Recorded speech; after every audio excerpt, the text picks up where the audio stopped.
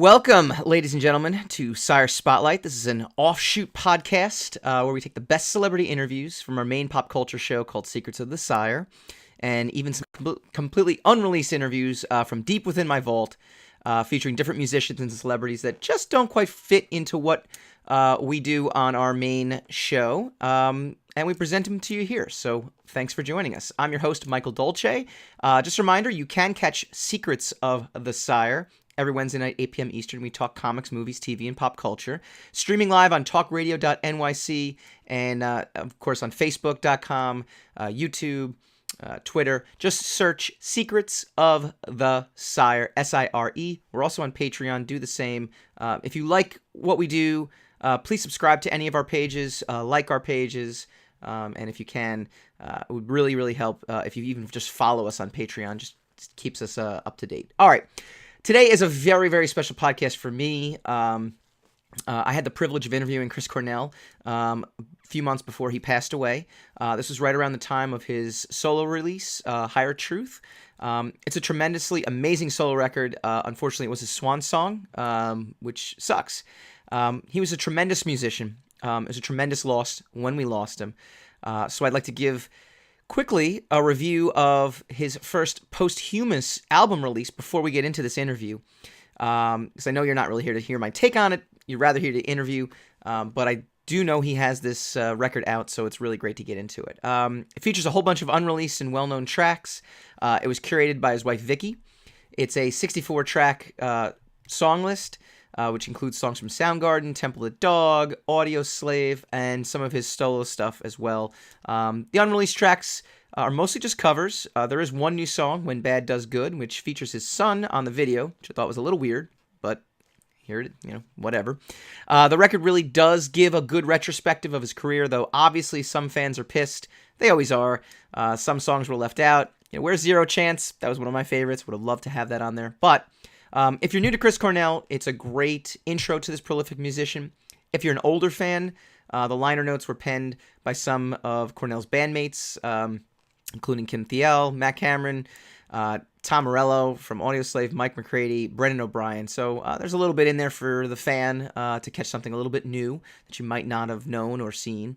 If you're an Uber fan, all this stuff you pretty much already have. You have the covers, you have the outtakes, you have all this stuff. So it might be worth waiting for the next release, which I'm sure could feature 6 new Soundgarden songs, apparently awaiting finishing touches by the band, according to rumors. So once again, just a great career.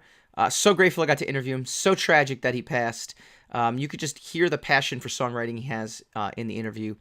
It's just there. I do apologize for the quality of sound. I was outside Bryant Park in New York City when I recorded it. The publicist had a specific window I could talk to him, and it just happened to be in a poor area, so I do apologize. But without further ado, Chris Cornell. Sit with me for 15 minutes or so. Been a big fan of you and your bands for a long time, so it's a real honor, a real treat. So getting right into it, when you do a solo album, I think it's safe to say it's going to be unique, it's going to be different every time. So I'd love to take me through the inspiration behind your solo records leading up to Higher Truth and kind of how Higher Truth kind of keeps pushing that new boundaries. Well, the initial writing/recording was just songs and arrangements and moves in the direction of acoustic songs, really. And I worked sort of in that method in a concentrated way when I was writing songs for the Machine Gun Preacher, and I wrote a few of them until I arrived at The Keeper, which is the song that's in the movie, which, though the film really was released in like 5 theaters, the song got a Golden Globe nomination, which was pretty interesting to me. I didn't really see how anyone had ever heard it. That was kind of, that was sort of the first period of sitting and kind of writing in that style, and getting ready to write the album. And the whole point of the album, to me, was to finally kind of write an acoustic-based album, because since really since the beginning of Soundgarden, I was writing songs in that vein, and I had written several songs that had been filmed that were more along those lines, like Seasons, which was in singles, and Sun Shower, which was in Empire Corron's Great Expectations, and actually an acoustic version of like Suicide from Super Unknown in a movie. And so there were all the songs I wrote for Temple of the Dog were also kind of in that world of singer-songwriter, but written for no particular destination. I did write the song for Great Expectations, specifically for it, but for the most part, these are songs written kind of while I was not writing songs for Soundgarden to be released. It was like it was a hobby in a way, and I just got a lot of really great reactions to it. And when I did a promo show, an hour of acoustic songs in Stockholm when I was doing international promo for the Third Audio Slave record. And that was the first time I realized that, I can do like an hour of this and people don't start talking after 20 minutes, like they were just totally engrossed in the whole hour. And I wasn't, I don't think I played any Soundgarden songs or anything like that. All I did was Audio Slave songs, cover songs, and a couple solo things. And so, it was something that I always wanted to do. So from that point, I knew I would really do it. And then I started touring like that as a one-man show, and that went around North America 3 times. Went to Australia, New Zealand, South America, Europe, and every time it was very similarly received, which was sold-out shows and this really amazing kind of audience participation where I didn't follow set lists and told stories without planning on anything. There was no script of talking, and yet there was a lot of talking. It was just a totally different me, really. And so I wanted to write this record to support that. I wanted new songs to support this type of touring, and I wanted it to be a living, breathing thing instead of just nostalgia every time. And so the writing process started about 2.5-3 years ago. That's great. Is there any particular song that you're like getting really excited to play live in the next couple? Because I know I think you embark in the next week, right? So is there any particular song that there's a song called Josephine that I started to write when I first met my wife, Vicky. She was my wife yet. She was a girlfriend at the time, and I sang it to her over the phone, but I just kind of typed the chorus part. I had her name instead of Josephine. And I finished writing the song, this was years ago, and I think I recorded a version for Carry On, my second solo album, which is from 2006. And I just didn't nail it. I didn't reach the heart of it at all. And so I didn't put it on the record. And when I was finishing writing songs for this album, I remembered that song and thought, that I really want to fix it and put it on this record. And instead of going back and listening to what I had, I don't remember what all the lyrics were precisely, and I have no memory of what key it was in or what chord changes I did really. And I rewrote it, and it really just kind of came out exactly the way I would always want it.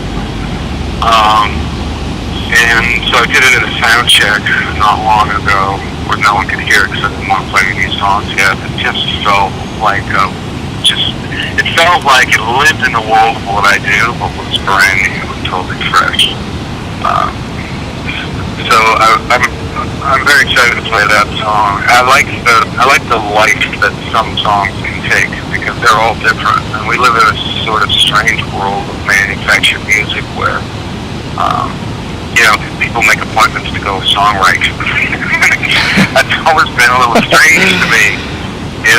Yeah. I think of it it sort of leaves out now, and I'm not saying that you can't do that, but it seems to sort of circumvent that natural inspiration moment, that way you get struck by lightning and you and you're in a room and you tell everyone they have to shut up, and then you run to like a dictaphone or the memo section of your iPhone and you start whistling something into it. To me, that's always really exciting, and I love being around musicians that do that, or even writers. I've sat with Cameron Crowe before where we'll be having a conversation and he'll be looking around the room in a restaurant, and all of a sudden he'll stop and he'll start writing something down. And I have no idea what he saw. I don't know what he heard, but that sort of living sort of with one foot always in there. And my best writing is kind of like that. You know, I'm driving down the street and all of a sudden, Sure. like for example, Black Hole Sun, the whole song just kind of fell out of the sky when I was driving from Woodinville, Washington, back to Seattle at 4 o'clock in the morning. The whole arrangement. Wow, that's great. Yeah. Is there any particular so as opposed to like songbook, going back when you did that tour, is there any kind of trepidation in the fact that these are all kind of original that people haven't heard yet, or is it excitement? Is it what's going through your mind? I think that there are some songs that are just gonna just blow the roof off in that context without having anyone heard it. I just know they will, and part of that is because I've just made up songs on the spot that can do that. And then there are songs where I'm not sure, and the reason why I'm not sure is because the big picture is that I've been playing songs that people have heard in the context of a band and in the context of them being sort of electric rock songs. And when they're pared down to just a guy and an acoustic guitar singing, there is a certain amount of novelty to that approach. There is this sort of element of, wow, I'm listening to this song in a completely different context and I really like it. And that's a talking point. It's a curiosity. Sure. And if it's a song you've never heard, A, B, it's a song that is the opposite, really. If you have heard it, you're hearing a song that was written and arranged to be an acoustic song first, and that's how it's being presented. So you're sort of losing that curiosity. Therefore, it has to kind of work simply on the merits of the song.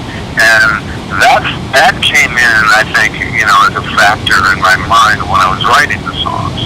And that singer-songwriters really have their work cut out for them, because every turn of every phrase has to connect to the next one. You can't get away with a lot of the stuff that I've done for years with psychedelic rock music, which is have it be in kind of verbal landscapes and word painting that make it sort of palatable, but aren't necessarily a narrative that the listener can immediately connect to their life. It tends to be more a narrative that people sort of create images in their mind of, and they can create an atmosphere in their imagination, and then it becomes something that is very meaningful to them later. But in the world of singer-songwriter, you kind of have to drop on every verse something where the listener is saying, yeah, oh yeah, and creating an image and a picture in their mind that they've seen before. It might not be the same as yours, but it's relatable.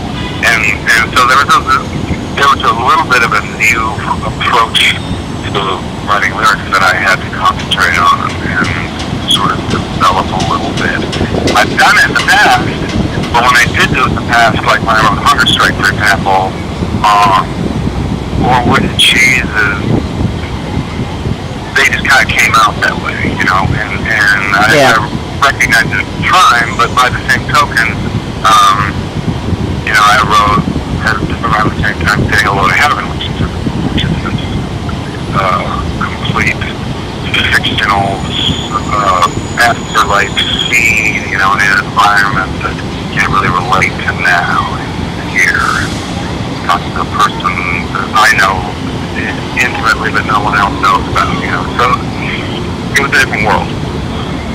It sounds like you have almost a different mental space when writing the different songs. Because one of my questions was, when you're writing and you're talking about the inspiration moment, that moment on the street, do you immediately peg something as this is going to be a great Soundgarden song, or I need to call up Tom Morello right now, and we need to bring Audio Slave back just for this particular song, or this is a singer-songwriter, or is that something you kind of figure out, as you then take it from that moment of inspiration into actually recording? Well, I think it's a subconscious thing that's going on all the time, and there's like a left brain administrator that does inform the right brain to some degree. In terms of here's what's going on in the real world, just so you know, here's the memo. And that occurred to me because I had written a lot of music at Soundgarden, for example, but I was starting to do these acoustic tours, and then Soundgarden reformed, and we were talking about doing all kinds of different things, but the thing that I was pretty sure we were going to do is make an album, and I was in a room rehearsing acoustic songs for one of the songbook tours, and all of a sudden I'm in between songs and I'm getting bored rehearsing. I start playing these riffs on the acoustic guitar, and as they were coming up, I was recording one on my computer real quick, and 2 or 3 of them became new Soundgarden songs. And the fact is I wasn't really doing that before I knew that was something that was possibly coming up. All those years I wasn't sitting around writing songs that could have been Soundgarden songs, it just wasn't coming out. And then all of a sudden it was coming out simultaneously with the notion that it was possible and it was something I was probably going to do. So that was kind of weird to me. I write specifically for Soundgarden when I'm writing for Soundgarden, and that can mean a lot of stuff. If you listen to King Animal or Down on the Upside or Super Unknown, even though this is a rock band, we cover a tremendous amount of territory in terms of musical styles and bringing in influences. Mm-hmm. And yet, I avoided anything that really fit into that world purposely from Euphoria Morning on. So it was almost like the left brain just informing the right brain that, open this window now, because this is coming. And it seemed to kind of work without me having to actually do much thought. I didn't have to wake up one morning and set up the guitars differently in the room and then change my thought process to writing Soundgarden songs. It just sort of did its thing by itself, which I'm one of those guys that I pretty much try not to overanalyze it when things like that are working. I'm not sure that I'm having an understanding of how it works helps it work better. I feel like maybe as long as it is working, it's better to just kind of let it work. Absolutely. Yep. Okay. So, Chris, what was it like stepping into Lane Staley's shoes on Mad Season, and any interest in getting together with those guys to record maybe original material under that group name? Maybe after Soundgarden or the acoustic or anything. I'm not doing anything under that group's name because I think that there's a historical significance to it that needs to kind of stay intact.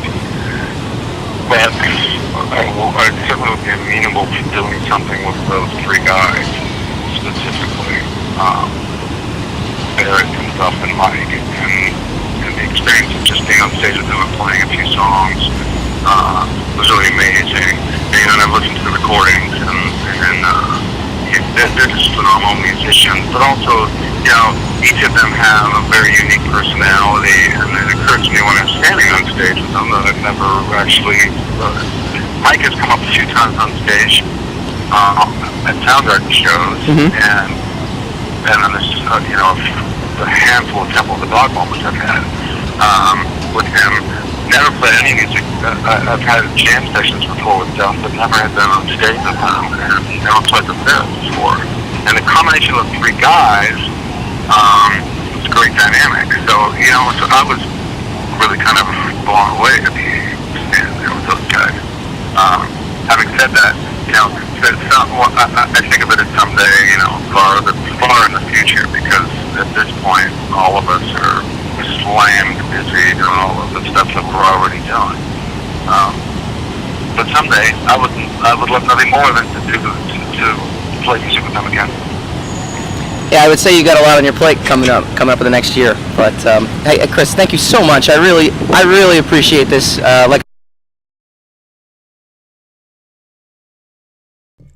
That was my Chris Cornell interview, and again, just tremendous. Really appreciate the time that I got to spend with him. Appreciate, I don't know, just the entire experience. All right, if you like this kind of stuff, down there somewhere, I'm figuring out left, right. There's a subscribe button if you're on YouTube. There's a like button if you're on Facebook. Patreon follow. Instagram, I'm mdolce64, but that'll change soon. And Twitter, same thing. You can just search Sire. I'll come up. The Sire is about a superhero forced by his own costume to fight evil. Go to mikebooks.com. You can check that out. I've also done a whole bunch of other graphic novels, including The Mainstream, which is out right now. All right. Thank you, guys. I really appreciate it. And next week, I am thinking of releasing the Talib Kweli interview. We'll see what strikes me. Every Monday, 3 p.m. Eastern is when I am targeting to stream these things live. And if not, you'll get it on the page right immediately after. All right, take care.